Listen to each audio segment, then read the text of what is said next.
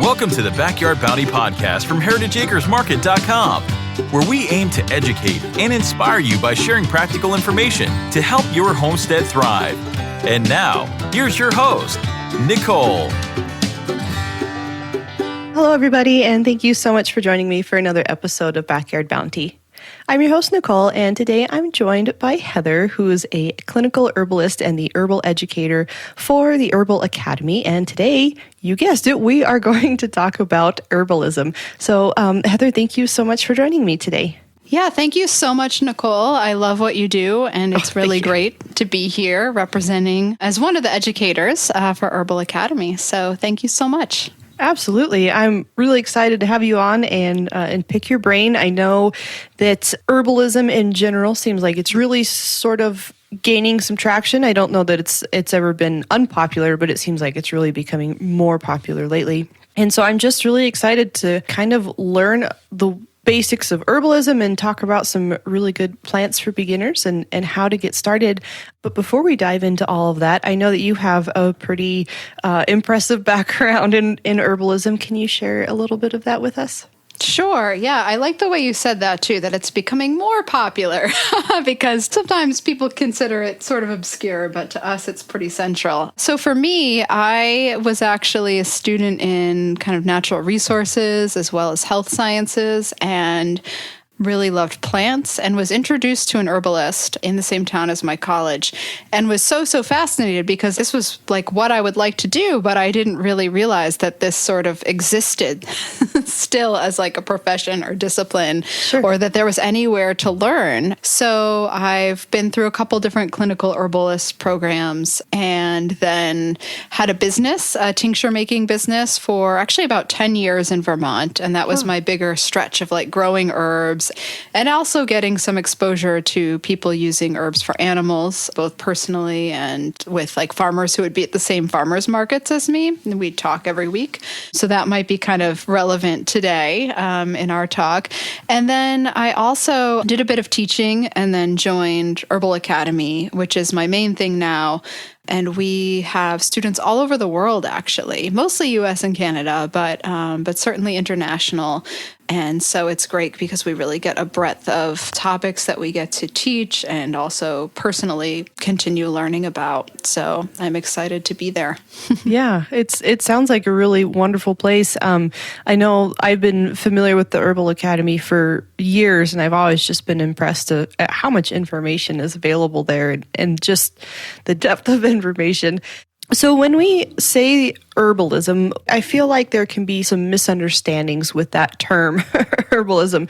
Can you define it or kind of give us an idea of what the accepted definition of herbalism is? Yeah, I love the way you ask these questions too, because it, shows some insight, and some thought about it. So herbalism is many things to many people. Every once in a while, I get this thought that maybe we should just say like herb use, because herbalism isn't necessarily like one unified thing, although there's lots of overlap and lots of knowledge that's been passed through many, many, many generations to present. One way of putting it is basically any way that we're using plants that goes a little bit more specific than food uses. Certainly people include nutrition as part of the continuum, but I consider when we have plants or constituents of plants that have like a little bit more specific action, we try not to say medicinal or therapeutic, but like a little bit more specific action and a little bit more sort of like health steering sorts of action. So that can be informed from traditional use, and almost every tradition really has, history of use of herbs, and is also informed by modern research too. And then the other thing is like the different forms that the herbs can be in. A lot of the traditional use has been just literally using teas, infusions, sort of food-like preparations, and some more complex.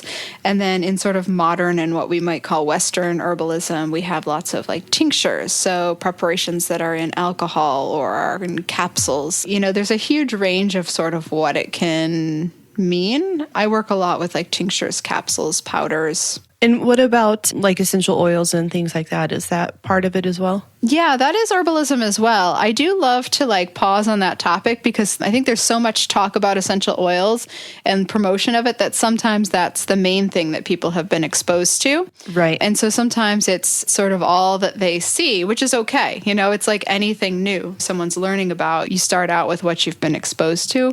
But sometimes I find people, you know, automatically think that I'm an essential oils practitioner or a homeopath, and those are tools, but there's really a lot more to it as well.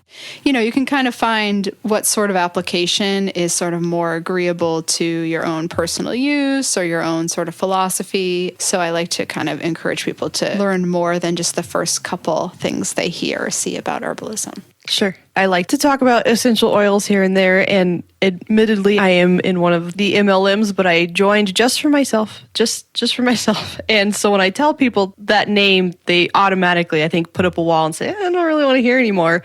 When I'm not trying to sell them anything, I just want to talk to them about the joys of essential oils. No, so essential oils are a great, like, concentrated, direct delivery method for lots of things. I think, you know, picking up what you're saying is sometimes the aggressive marketing of some of them.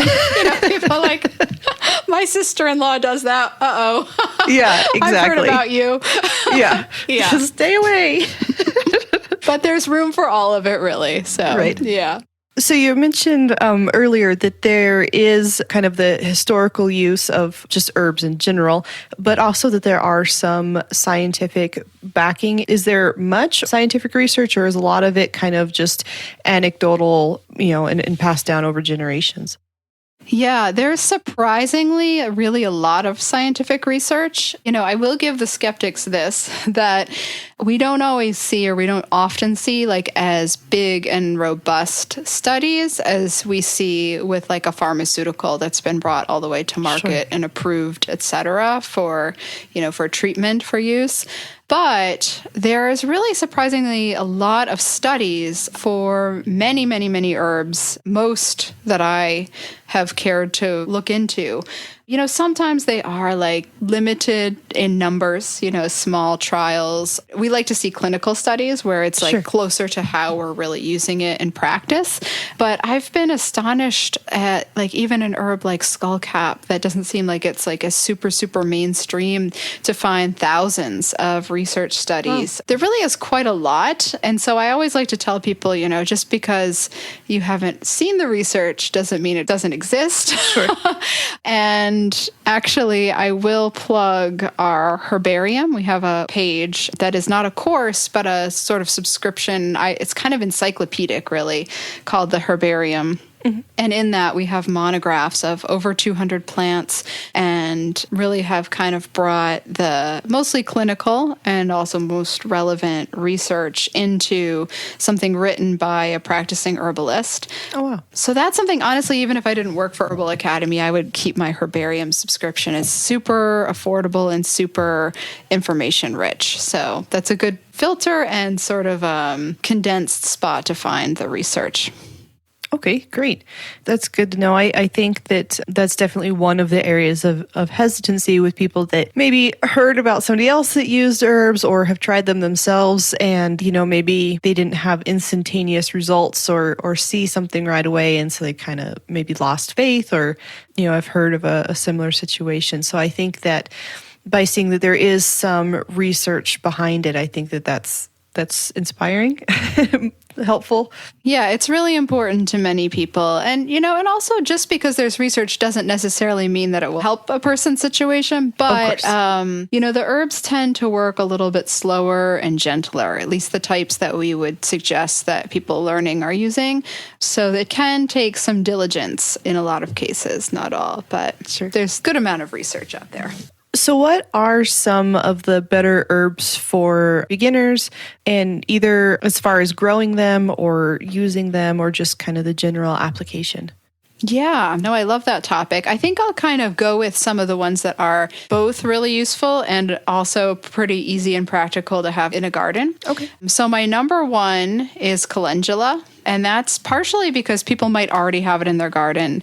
And also because, if someone is maybe a little bit interested in herbs, but they aren't sure, if they're going to do a lot with it or a little, calendula is also a really good garden beneficial, much in the same way as like the marigolds are. It's helpful in attracting some of the insects that are beneficial in the garden.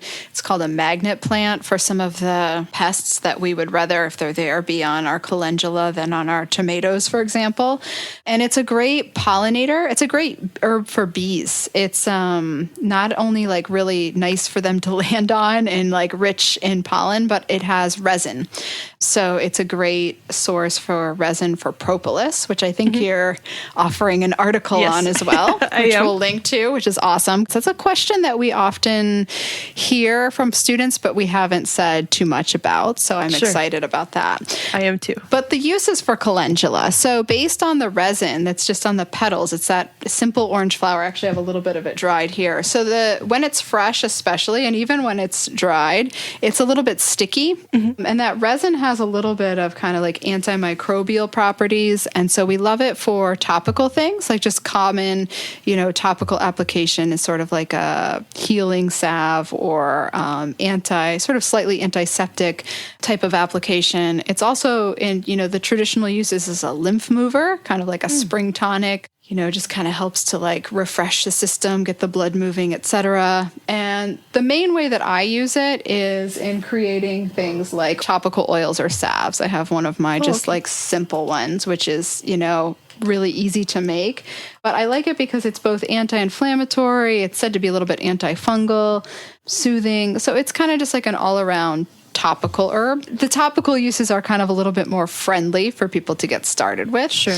And I find, if you want to sell things perhaps at a farmer's market or something, that's also a bit more friendly for customers to use. So calendula is a great one. And even if you don't use it as an herb, you can use it as an edible flower. It'll help your garden, etc. Others, so there's one that might even be a weed in people's garden, which is chickweed. And I'm offering you guys an article on that because it's a great chicken food. It's really rich in minerals. It's said to be soothing for the digestive system for humans. I don't know for sure that extends to chickens, but people think so. And it's just, they love it. So it's nice to have around the garden. I would say for like smallish gardens, maybe not large scale farming, but for gardens, it can even be sort of like a nice, friendly cover crop. Oh, sure. It's sort of like calendula in that it's soothing, it's anti-inflammatory. We call it demulcent. It's another great kind of topical soother, topical kind of first aid remedy, whether it's made into a salve or used as like just a plain poultice, which is just when you put the herb in between gauze and apply it, or perhaps as a wash. So it has internal uses as well, but it's another great like topical soother, topical demulcent. Others, echinacea. So that's one that's maybe kind of like familiar to people already. If you grow it and don't even use all of it, it's still like a nice garden plant, good for bees. You don't have to do a lot to care for it. But the ways that herbalists and others use it is, of course, as like a gentle immune booster. Can be used, these things don't have to be super intimidating. You can just make tea of it, or we have an Herbal Preps 101 class that will teach you how to make tinctures or glycerins, like a shelf-stable kind of thing, and sometimes a little bit more like palatable. Sure. The whole plant can be used with echinacea. So, really? Yeah, the seed, the leaf, flower, even the root. And so it's kind of a nice sort of pick as you need sort of plant. If you have a market garden, it's one thing that herbalists and even general public are always interested in buying. So that's kind of, for bigger scale is interesting. I also really love valerian. I love valerian because so many people want and need support with sleep. And there really are a lot of sleep herbs. We have a couple of courses related to like sleep and relaxation. But personally, I find valerian is the one that really has a little bit more, it doesn't work for everyone, but for me, it has a little bit more reliability and action. And it's one that more people know of. So some people it doesn't seem to work for as well. We do know that the constituents in the plant change a little bit when it dries. Really? Yeah. And so you can use dried, but if you have herbs that have been like on a shelf for a really, really, really long time, like, it stores in through commerce, it can be quite different than a product you've made yourself. So Sure. I like to have it in the garden for that reason. So what about, since you mentioned growing them, do we need a lot of space to grow them, or are they kind of something that we can grow in a more compact area? I'm not sure really, in order to have enough echinacea to be beneficial, do you need a lot of it or just a little bit of it? As far as like having an herb garden for sort of the satisfaction of it, there's really the whole range. I've seen students of ours post in our online community where they've made like a little planter, and they have their maybe 6 or a dozen herbs, and that's what they can do this year. And I've also, when living in a city, had a very, very full balcony, a garden, very full. Sure. But I've also done, like a 11 or 12 acre farm and a little bigger. And I know of growers who do 100 acres in just echinacea or just skullcap or a couple plants that have like really a lot of demand for them. I love the way you put that. Like if you had like just a couple echinacea plants, would that be enough? Some plants do take a little bit longer to harvest. So echinacea, you won't necessarily get a lot or an appreciable amount to harvest in like the first year. Oh, okay. Even if you have like a small garden, let's say someone has like a 25 by 25 foot plot or something. That's what a lot of community gardens are.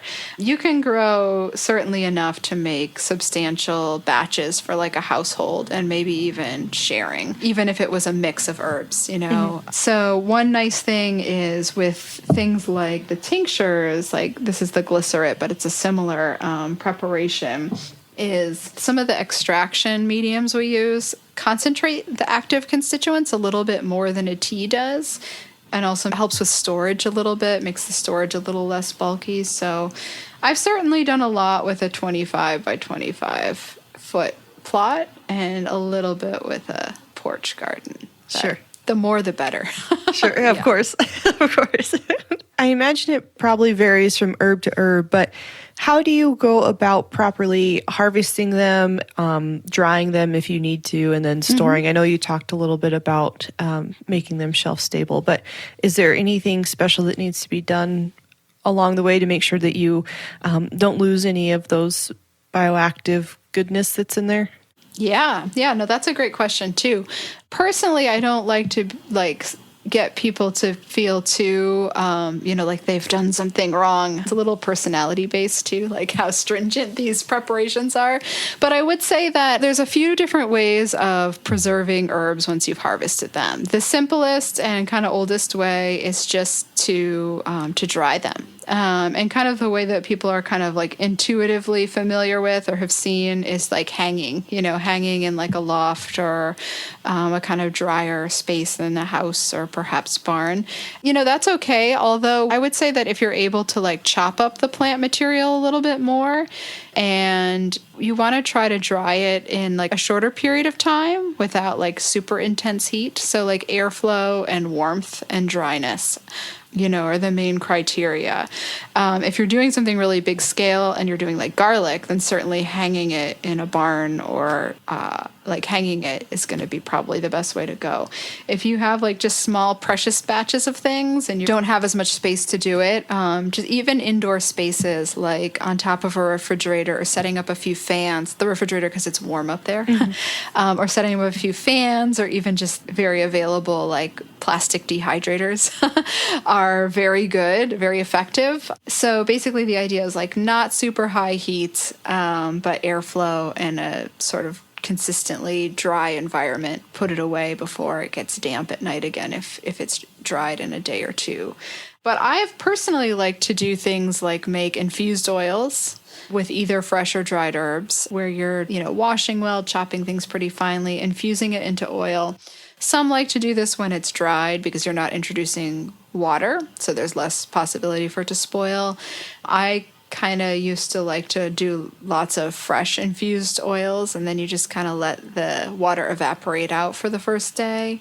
And we talk about those techniques in the Making Herbal Preparations 101 mini course. And then there's also glycerins or tinctures. And so those are when you're putting either fresh or dried herb into alcohol, if it's tincture, or glycerin, which is it's a liquid kind of syrupy substance that's vegetable based and actually isn't a true sugar nutritionally, if that's a concern. Or you can infuse them in honey or vinegar, which might be more, tangible for the person who's not wanting to like invest in lots of supplies they might not otherwise use. Vinegars and honeys make really, really lovely, excellent herbal preparations. You're just the vinegar or the honey will extract a little bit of the active constituents and also preserve the plant closer to how those constituents are when the plant was fresh, or, if you've dried it, closer to soon after, because things just degrade a little bit with time. So is there sort of a shelf life for dried products? After so long, it's probably a good idea to start over. I know you kind of mentioned that earlier, but is there kind of, at 1 or 2 years, or does it depend on the herb? Yeah, it depends on the herb a little bit. I know Herbal Academy tends to say around a year. And that's also, kind of works with the seasons. If you're able to like wildcraft, which is our word for wild harvesting, or if you're harvesting where you didn't plant it, whether it's someone else's farm where you've asked them or in the wild. Generally, we think for common plants, you can reharvest per year. For plants you're growing, you can reharvest per year. A lot of things do tend to lose a little bit of the aromatic constituents. So like if you have something like a mint family plant or something where part of the action or the experience is the scent, and also those aromatics can be a little bit moving, like moving to the circulation, moving to the digestive system. The aromatics tend to volatilize. They're just, they're affected by air and light. And so those herbs that are more aromatic will change more. And actually, interestingly, tends to be like above ground parts of plants, like leaves and flowers. Not as a total absolute rule, but those parts will kind of change in their composition a little bit faster. And then things like roots or seeds, are basically, made to kind of last longer, especially seeds. Sure. And so those you can often, I think you can use a little bit longer, store a little bit longer. And if you're going after the minerals in the plants, minerals won't go anywhere. So if you're just going for like a nutritive, mineral-rich tea of something like nettle, it might lose a little bit of its flavor and color, but the iron and the other minerals are still there. Yeah. Good to know. So you mentioned also, the ability to use herbs with our animals. Can you touch on that more? Mm-hmm. Do we use them in the same way that you would use them with people? And if it's safe to use with people, would it be safe to use with most animals? So, with anything, with humans or with animals, we do always say that, herbs don't really replace like a, professional assessment and treatment. But we also know that there are times when there are things that sort of care at home is the recommendation. So are all the herbs that are safe for humans safe with animals? No, not necessarily. I definitely recommend that people who want to work with animals kind of learn like a handful, maybe like 5 or 6 that are, if we're talking about working with cats and dogs, find, 5 or 6 herbs, learn 5 or 6 that are useful, that are safe. If you're talking about cows or horses, same, and so on. Some things that are useful or safe for most are echinacea, and echinacea is pretty familiar to people as a nice kind of like antimicrobial. Garlic is useful for most. I've seen kind of professionals use echinacea and garlic with cows during calving season as well. So that's one to kind of note that's perhaps a little bit more useful and kind of specific and advanced use, but still really familiar herbs. But there are some plants that are very safe, that seem totally safe for humans. One we haven't mentioned yet is elecampane. It's like a nice respiratory tonic. And if you have like a cow or horse pasture, you might likely have it growing, but that's in part because it's poisonous to cows and horses. And so I have heard when I lived a little bit more rural life, people who'd had, like an intern on the farm that was learning herbalism and wanted to use echinacea with a calf that had a respiratory issue and it got worse. So it's good to not necessarily extrapolate everything from humans to animals. And I like to suggest that you're seeing that not just one person is recommending it, but, several sources, perhaps other people in your community or elders, and perhaps a veterinary source. We also have an herbs for animals class. Well, it's a intensive, which is kind of like a short class through the herbarium, but it gives you, I'd say, probably exposure to around a dozen plants. And so you can learn some that are a little bit safe. So I will give you a little bit more though. Calendula and chickweed are pretty universal for topical use and also for internal use sometimes as well. I say sometimes because we have kind of more topical uses than we have internal. There's a kind of an interesting one that's a lot of people might already, be able to identify. Blackberry root. So blackberries because you like to eat them. So blackberry root is very, very astringent. And it is, and it's used in pretty small amounts for diarrhea. But it basically, it's not necessarily an antimicrobial. So it's not going to treat dysentery or something, but it reduces water loss. And so I actually learned that first as one that people who were caring for livestock used frequently as needed with young animals in particular.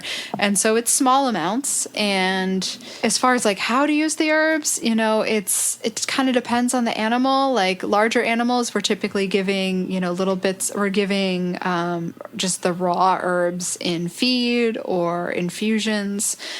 Cats and dogs, you might have to manipulate them a little bit more to eat things and, small amounts. But I would say start by learning just a few things that are safe for the particular animal you're working with. And then we know that all the, aromatic plants that we can put in our garden we think are beneficial for bees as well. So that's a nice way to cross herbalism and animal care as well. Sure. I know that part of my garden is just a little herb bed in the corner and some mix of culinary herbs and some herbs for, you said not to say medicinal. You can say it. And some, I can't say it.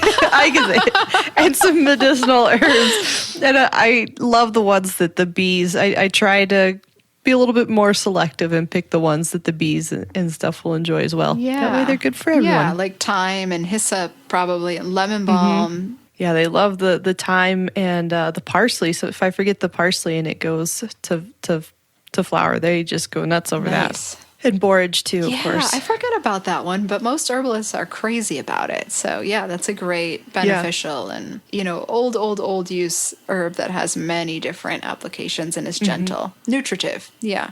And it's pretty. I think it's pretty too. So what are some common maybe misconceptions or beginner questions or hardships or things like that you guys come across pretty regularly through your educational platforms? Yeah. I'd say one of the ones that I hear the most, and this is in part because I had a lot of years talking with people just in the general public who maybe were curious about buying, a tincture or using herbs a little bit. And so one thing is I find people are a little bit paralyzed by the idea that they're going to combine some things in an unsafe way.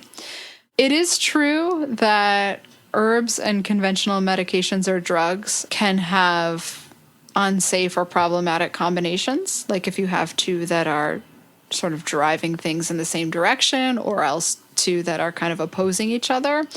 Although truly, generally with herbs, or at least with most of the herbs that I would have, beginner to intermediate and even most advanced students learn on things that would be presented kind of in our materials and in most herb books. Two herbs that are safe and make sense for an individual are generally not going to have some kind of dangerous or problematic interaction. There's no sort of grand chemical reactions going on.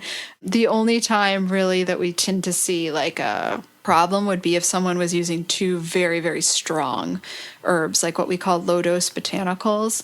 And so as far as like just blending herbs that are sort of familiar, generally safe in teas or tinctures, or like if someone's taking a capsule of something that's like a pretty common use herb and they also want to use spices or teas and tinctures, I really have not seen that be a problem with lots of exposure to clients and customers using things. So that's kind of my main, like, don't be too tense about experimenting a little bit, as long as the herbs you're using are generally safe.